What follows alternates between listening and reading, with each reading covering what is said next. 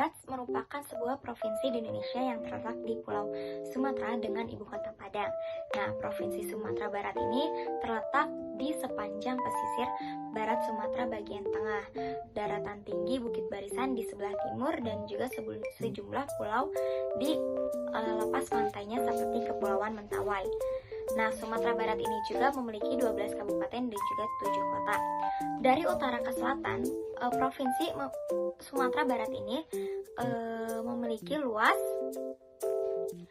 dan terletak di antara 0 derajat 54 menit lintang utara dan 30 derajat 30 menit lintang selatan, dan di antara 98 derajat 36 menit hingga 101 derajat 53 menit bujur timur, dan dilalui oleh garis khatulistiwa dengan batasan wilayah sebelah utara berbatasan dengan Provinsi Sumatera Utara dan Riau, sebelah selatan dan sebelah barat berbatasan dengan Samudra Hindia, dan sebelah timur berbatasan dengan Provinsi Jambi dan juga Bengkulu.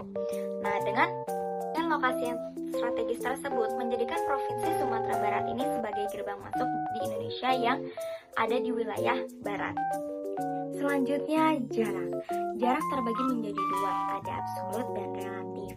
Nah, kalau jarak absolut itu biasanya selisih jarak satu tempat ke tempat yang lain dengan satuan kilometer, sentimeter, dan juga meter.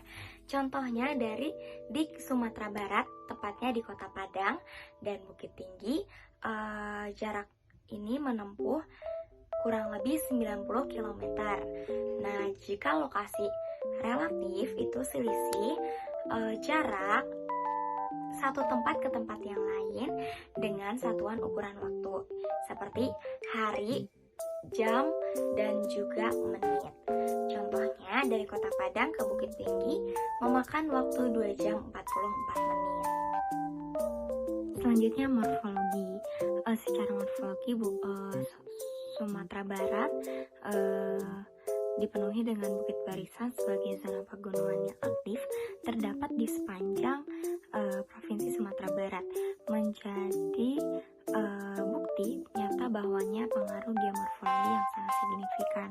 Nah, pada umumnya juga morfologi Sumatera Barat ini merupakan deretan pegunungan bukit barisan di mana terdapat gunung yang masih aktif pada bagian barat dan pada bagian timur berupa dataran aluvial yang merupakan sedimentasi dari pegunungan bukit barisan. Nah, ada juga gunung-gunungnya. Yang pertama ada Gunung Kerinci dengan 3.805 mdpl. Yang kedua ada Gunung Merapi 2.891 mdpl. Yang ketiga Gunung Talamau 2.923 mdpl. Nah, keadaan tersebut tentunya akan berpengaruh terhadap aktivitas penduduk, baik menjadi potensi yang sangat baik ataupun buruk, berdampak serius bagi keberlangsungan kehidupan masyarakat di Sumatera Barat. Keterjangkauan. Nah, Sumatera Barat terletak di pesisir barat di Pulau Sumatera, berbatasan dengan Samudra Hindia dan beberapa provinsi lainnya juga. Nah, Provinsi Sumatera Barat juga menjadikan gerbang utama Indonesia di wilayah barat untuk mendukung akses transportasi yang lebih baik, terutama pada di bidang perdagangan dan juga pariwisata. Dengan selain itu adanya sarana transportasi yang ada di Sumatera Barat. Yang pertama adanya Jalan Trans Sumatera, adanya Bandara Internasional Minangkabau, adanya Pelabuhan Laut Internasional Teluk Bayur untuk meningkatkan keterjangkauan Provinsi Sumatera Barat tersebut dengan daerah yang lain. Selain itu ada juga transportasi seperti bus, kereta api, mobil, dan juga motor untuk masyarakat sekitar dapat terjangkau ke daerah-daerah yang lainnya. Konsep pola dilihat dari kondisi geografis Sumatera Barat yang rawan akan terjadinya banjir ataupun bencana alam yang lainnya, pemerintah pemerintah Sumatera Barat mengeluarkan peraturan daerah yang dimana pola pemukiman terbentuk menjadi 3 zona. Yang pertama ada zona merah, zona kuning, dan juga zona hijau. Dengan adanya pembagian zona ini dalam pemanfaatan kawasan di Sumatera Barat ini, hal ini sangat berpengaruh dalam bentuk pola pemukiman masyarakat. Untuk pola pemukiman masyarakat lebih cenderung berkelompok pada daerah zona hijau.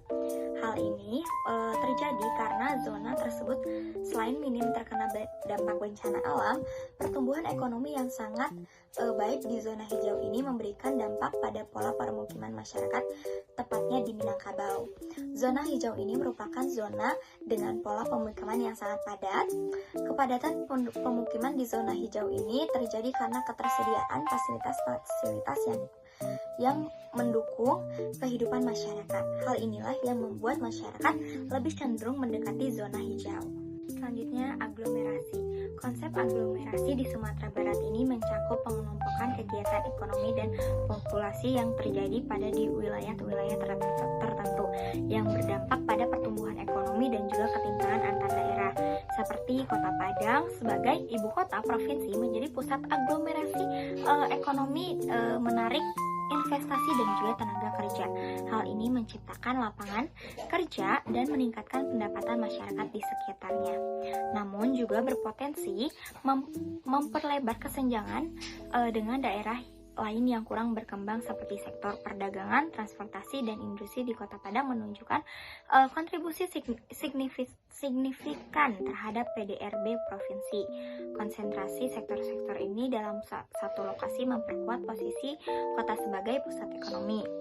Nah, ini juga dapat memperburuk ketimpangan pembangunan antar daerah. Daerah yang tidak berintegrasi dalam aglomerasi cenderung tertinggal sehingga diperlakukannya intervensi pemerintah untuk meratakan pembangunan. Selanjutnya, nilai kegunaan. Konsep nilai kegunaan di Sumatera Barat ini mencakup berbagai aspek sumber daya alam dan juga budaya yang ada memberikan manfaat bagi masyarakat lokal. Nah, Sumatera Barat ini akan sumber daya alam seperti batu bara, emas, dan hasil perikanan. Sektor perikanan terkenal di daerah pesisir, memberikan hasil tangkapan yang tinggi seperti ikan karapu, udang, dan memiliki nilai ekonomi yang sangat signifikan bagi masyarakat setempat. Nah, investasi dalam infrastruktur juga seperti jalan ataupun jalan untuk transportasi dan juga transportasi mendukung aksesibilitas ke daerah terpencil, meningkatkan distribusi barang dan juga jasa serta memperkuat konektivitas antar wilayah, serta adanya peningkatan indeks pembangunan manusia melalui pendidikan dan layanan kesehatan yang baik juga merupakan bagian dari nilai kegunaan sehingga masyarakat setempat ini terdidik dan juga sehat serta lebih produktif. Selanjutnya, konsep interaksi interdependensi. Di Sumatera Barat melibatkan hubungan antara kota-kota serta kabupaten-kabupaten yang ada di Sumatera Barat. Nah, terutama untuk mereka saling bergantung ataupun mempengaruhi dalam aspek ekonomi, sosial maupun budayanya. Nah, seperti contoh pada Kota Padang sebagai pusat ekonomi berinteraksi dengan kabupaten-kabupaten yang memiliki sumber daya alam yang melimpah seperti Kabupaten Pesisir Selatan dan juga Kabupaten Solok melalui perdagangan barang ataupun jasa seperti Kabupaten Pesisir Selatan kaya akan perikanannya karena di sana terdapat udang maupun jenis-jenis ikan yang lainnya juga yang dibawa ke Kota Padang. Dan ada juga sumber daya alam yang ada di Kabupaten Solok seperti sayuran yang sangat terkenal bagus di Kota Padang tersebut.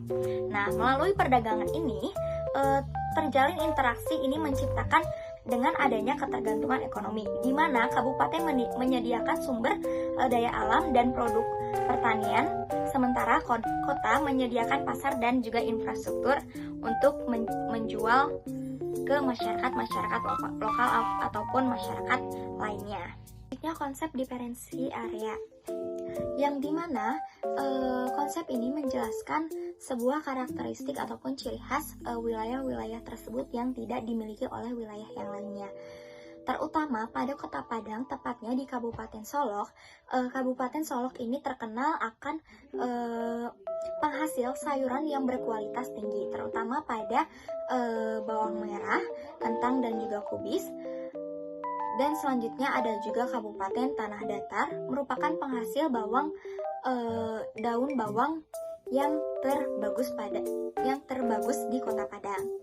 Nah, selain itu ada juga Kabupaten Pesisir Selatan, dikenal sebagai salah satu daerah penghasil perikanan yang signifikan, khususnya ikan laut dan budidaya perikanan yang lainnya.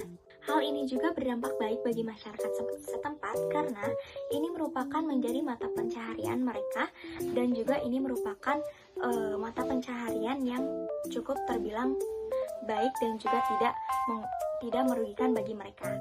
Konsep keterkaitan ruang. Keterkaitan ruang ini juga terlibat dalam pengelolaan sumber daya alam. Misalnya, kabupaten-kabupaten yang menghasilkan pertanian seperti Tanah Datar ataupun Kabupaten Agam berkontribusi pada ketahanan pangan provinsi yang pada gilirannya mendukung pertumbuhan ekonomi kota-kota besar. Dan pada nilai budaya ini sangat tinggi, seperti Bukit Tinggi menarik wisatawan yang juga berkunjung ke daerah sekitarnya. Secara itu, interaksi ini memperkuat sektor pariwisata yang menjadi salah satu sumber pendapatan penting bagi banyak daerah di Sumatera Barat. Sumber daya alam yang ada di Sumatera Barat. Yang pertama ada Kepulauan Mentawai. Sumber daya alam ini sangat berpotensi pada kelautan yang kaya dengan ikan dan juga biota laut lainnya.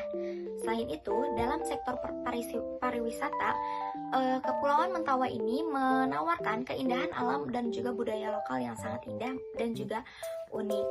Kepulauan Mentawai ini juga merupakan tujuan masyarakat luar untuk berdatangan ke Sumatera Barat. Yang kedua adanya Kabupaten Agam.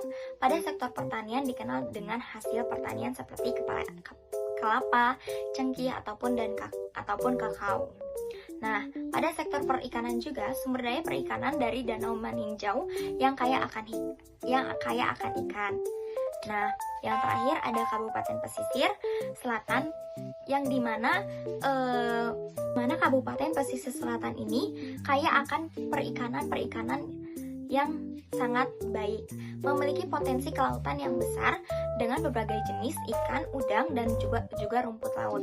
Nah, Kabupaten Pesisir Selatan juga merupakan objek pariwisata, terutama pantai-pantai yang menarik untuk wisata bahari. Selanjutnya, budaya-budaya yang ada di Sumatera Barat. Budaya di kota Sumatera Barat ini sangat kaya dan beragam, mencerminkan warisan budaya masyarakat, terutama masyarakat Minangkabau yang dominan. Nah, yang pertama adanya sistem kekerabatan matrilineal, yang dimana masyarakat Minangkabau menganut keturunan dan warisan diturunkan melalui ibu.